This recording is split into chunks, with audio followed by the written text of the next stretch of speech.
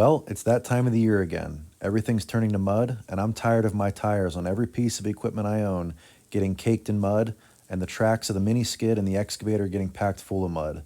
So today we're going to finish the road that loops around the back side of the building and hopefully keep ourselves out of the mud this winter. So as you guys can see, we started a road earlier this spring around the building, but unfortunately ran out of funds because limestone is very expensive. In our area, a triaxle load of limestone is about $750, and a load doesn't go as far as you would think it would. And so we kind of stopped right here, but I'm at a point where I've got to get the rest of this road finished all the way around the back side of the building, because as you can see, in the fall, winter, and spring, it just turns into straight slop. I can get by in the summertime because the ground dries out so quickly after a heavy rain. Within a day or two, I can be back up to running, but in the wintertime, it never dries out. It just stays like this all the time. The more you drive on it, the worse it gets. And in order to keep operating this winter, I need to be able to get triaxle loads in here to drop off our firewood poles. I need to be able to get the dump trailer in here. All the equipment revolves around this building, and we need to be able to go all the way around. So we're going to finish this road. We're going to go ahead and grade all this out, get the topsoil out of here, get it smoothed out the way that we want it. This road I'm envisioning coming right down through here, making the turn, going around that way, and then curving around back to the other side of the building. All right, so to start, we're going to start peeling topsoil. We've got our Mongo tilt bucket on. I absolutely love this thing for doing this type of work, grading, pulling material in. It beats the heck out of a fixed bucket. Lets you get the exact contour that you want. Now this area here really isn't a whole lot of topsoil. This is actually clay, shale type material, but I gotta shave it down anyway to make room for the new gravel. So I'm gonna put you guys on a time lapse and we will start getting this shaved down.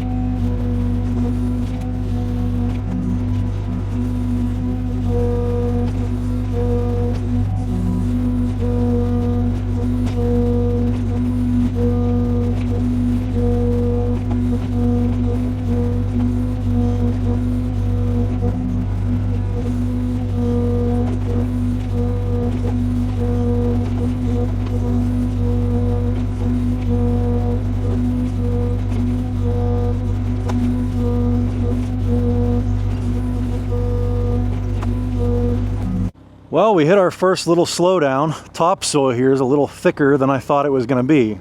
Not the worst problem to have, because having a good pile of topsoil laying around is a good thing to have on hand, but it's going to slow us down because we've got probably 18 or 20 inches worth of topsoil here, which means we're going to have a lot more topsoil that we need to load up in the dump trailer and haul over to our topsoil pile. It's just going to be a lot more trucking than just digging 6 inches of topsoil out here and getting some stone on. So better to do it now, do it right, because if you don't get this topsoil out of here, the ground is just going to hold moisture and it's going to pump. Once that ground starts pumping, it's literally like driving your equipment on a waterbed.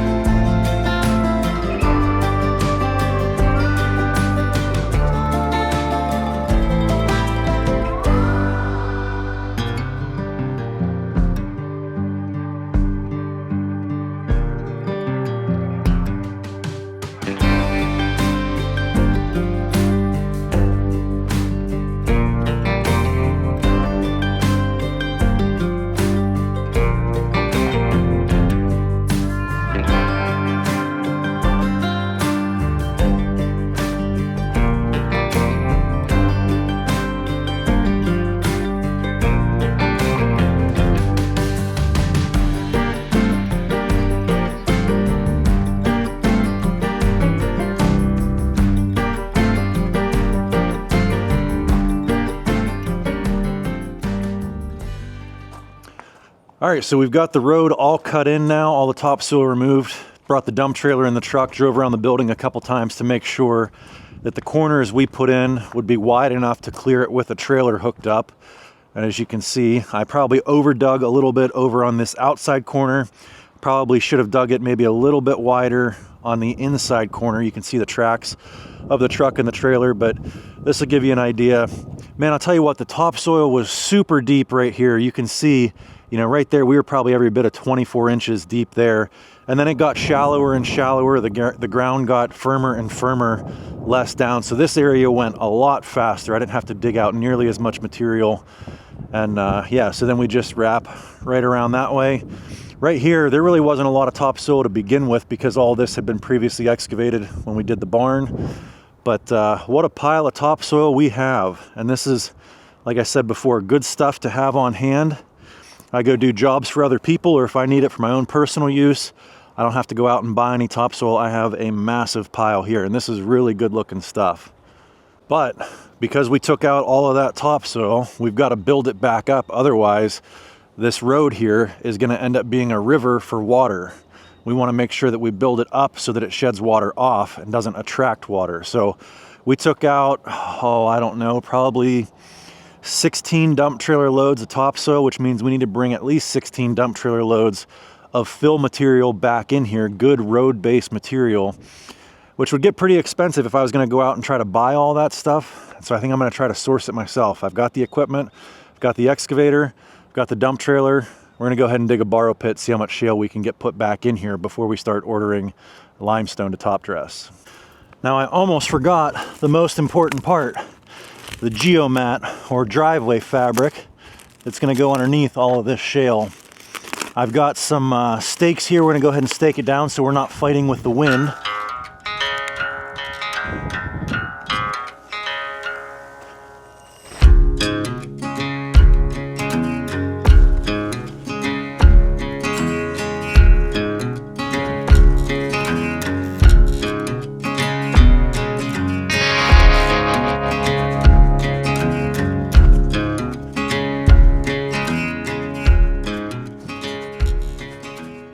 All right, so the driveway fabric is in. We're gonna go ahead and start digging our shale pit. First thing we gotta do is now strip the topsoil from our shale pit.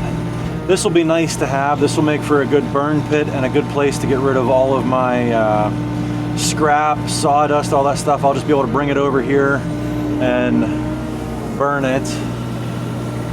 Be able to accumulate a couple, like a big fire, a bunch of stuff, and then come down here and burn it all at once instead of having to have a bunch of small little fires. I have a feeling this pile of topsoil is going to be in my way at some point. Maybe not right now. I should almost go get the dump trailer and load it up in there and haul it down to the topsoil pile.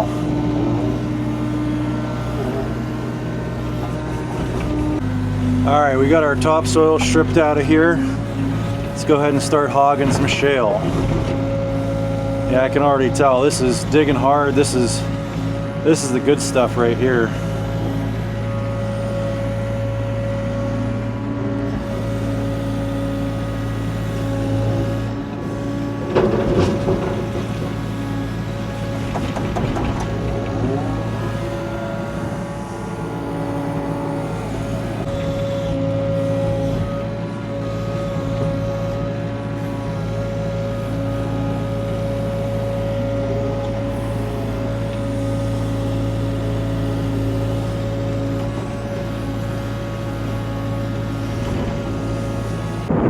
Well, I couldn't have picked a windier day to do this, even though I put staples in. Jeez, oh man, the wind out here is, oh God. Great. This is becoming very fun right now.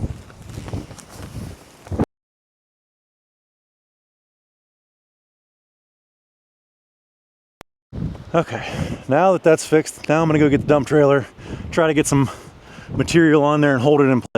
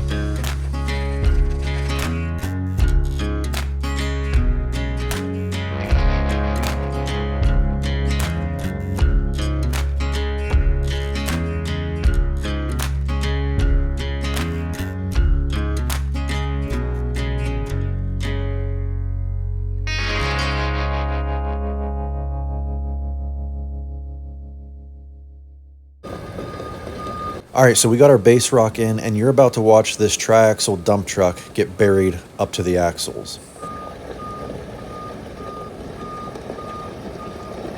Now, there's a couple of reasons for this. The first reason is because the driver is trying to do me a solid. I told him just to back straight down into the turn there and leave it there and just dump it, because that's how the other truck got in there and he was able to get in and out. But he wanted to get the material as close to where I needed it or in the middle of the road as possible, and so that's what we get into a little bit of trouble. The second reason is because the base material that I put down was more clay than it was shale. I wanted it to be a little bit bonier so it would have some more structure to it. There really wasn't a lot of shale in there, which is not the end of the world if that clay has a chance to dry out, because as we all know, clay, when it dries, gets hard as concrete and would make a suitable road base. The problem is when we dug it out of the ground, it was still somewhat damp, and then that following night it rained, the next day it rained, so it never got a chance to dry out. You can see that standing puddle there in the background. Now, I've had the tractor on this road, I had the mini excavator, the mini skid steer, all of the equipment has been on this road, but these trucks are just so incredibly heavy that if you don't have a solid base, they're going to get stuck.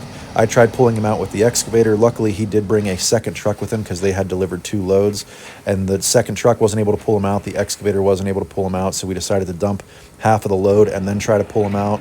The truck is still struggling to get him out.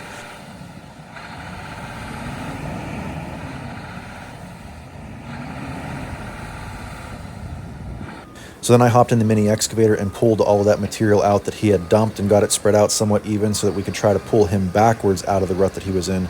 But you can see his front tire is almost up to the axles here.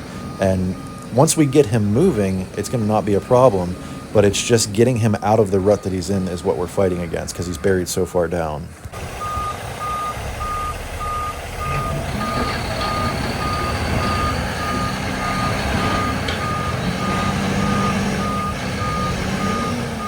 Now, I had offered a couple of times to put a second chain on the back of the red truck, but the red truck didn't have a hitch on the back to hook a chain up to. So what we ended up coming up with was hooking a chain to the excavator and the truck and both of us pulling him out at the same time, and that seemed to work. But that's what it took to get him out, was the excavator and another dump truck. It turned into a whole thing.